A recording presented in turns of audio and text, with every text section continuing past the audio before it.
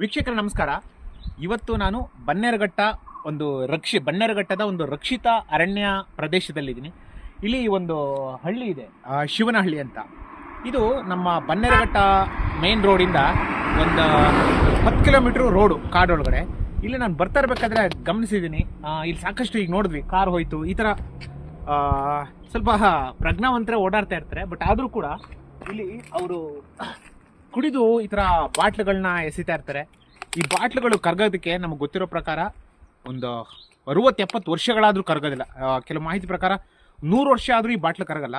ಇಲ್ಲಿ ಸಾಕಷ್ಟು ಕಾಡು ಪ್ರಾಣಿಗಳು ಓಡಾಡ್ತಾ ಇರುತ್ತೆ. ಸೊ ಆಗಿದ್ದಾಗ ಗೊತ್ತಿಲ್ಲದೇ ಪಾಪ ಅವು ತಿಂದರೆ ಅವಕ್ಕೆ ಪ್ರಾಣಕ್ಕೂ ಕಂಟಕ, ಆ ಪಾಪನ ಅಂದ್ಕೊಳ್ಳುತ್ತೆ. ದಯವಿಟ್ಟು ಈ ಥರ ಓಡಾಡಬೇಕಾದ್ರೆ ದಯವಿಟ್ಟು ಕಾಡಿನೊಳಗೆ ಪ್ರದೇಶದಲ್ಲಿ ಎಲ್ಲಾದರೂ ಹೋಗ್ಬೇಕಾದ್ರೆ ನಮ್ಮಲ್ಲಿರೋ ಪರಿಸರವಂತೂ ನಾವು ಹಾಳು ಮಾಡ್ತೀವಿ. ಅಟ್ಲೀಸ್ಟ್ ಕಾಡಿನೊಳಗಡೆ ಎಲ್ಲರೂ ಓಡಾಡ್ತಾ ಇರ್ಬೇಕಾದ್ರೆ ದಯವಿಟ್ಟು ಈ ರೀತಿ ಪ್ಲಾಸ್ಟಿಕ್ ಬಾಟ್ಲುಗಳನ್ನ ಎಸೆಬೇಡಿ. ನೋಡಿ, ಇಲ್ಲಿ ನೋಡಿದ್ರೆ ಈ ಥರ ಲೇಸ್ ಪ್ಯಾಕೆಟ್ಟು, ಆಮೇಲೆ ಸುಮ್ಮನೆ ಬಾಟಲ್ಲು. ಸೊ ಒಂದು 5-10 ಅಡಿಯಲ್ಲೇ ಕಾಡೊಳಗಡೆ ಇಷ್ಟು ಪ್ಲಾಸ್ಟಿಕ್ಕನ್ನು ನಾವು ಎಸಿತೀವಿ ಅಂದರೆ ಕಾಡನ್ನ ಹಾಗೆ ಒಂದು 10-15 ವರ್ಷ ಇಲ್ಲಿ ಯಾರೂ ಕ್ಲೀನ್ ಮಾಡೋಕ್ಕೆ ಬರಲಿಲ್ಲ ಅಂದರೆ ಪ್ಲಾಸ್ಟಿಕ್ಕೇ ತುಂಬೋಗಿ ಪ್ರಾಣಿಗಳಿಗೆ ಜೊತೆಗೆ ಇಲ್ಲಿನ ಮಣ್ಣಿನ ಕ್ವಾಲಿಟಿಗೆಲ್ಲ ತೊಂದರೆ ಆಗುತ್ತೆ. ದಯವಿಟ್ಟು ಈ ರೀತಿ ಪ್ಲಾಸ್ಟಿಕ್ಗಳನ್ನ ಕಂಡಲ್ಲಿ ಎಸೆಬೇಡಿ ಅಂತ ತಮ್ಮಲ್ಲಿ ಕೈ ಮುಗಿದು ಕೇಳ್ಕೊತೀನಿ. ಧನ್ಯವಾದ. ಈ ಮಾಹಿತಿಯನ್ನು ಆದಷ್ಟು ಶೇರ್ ಮಾಡಿ.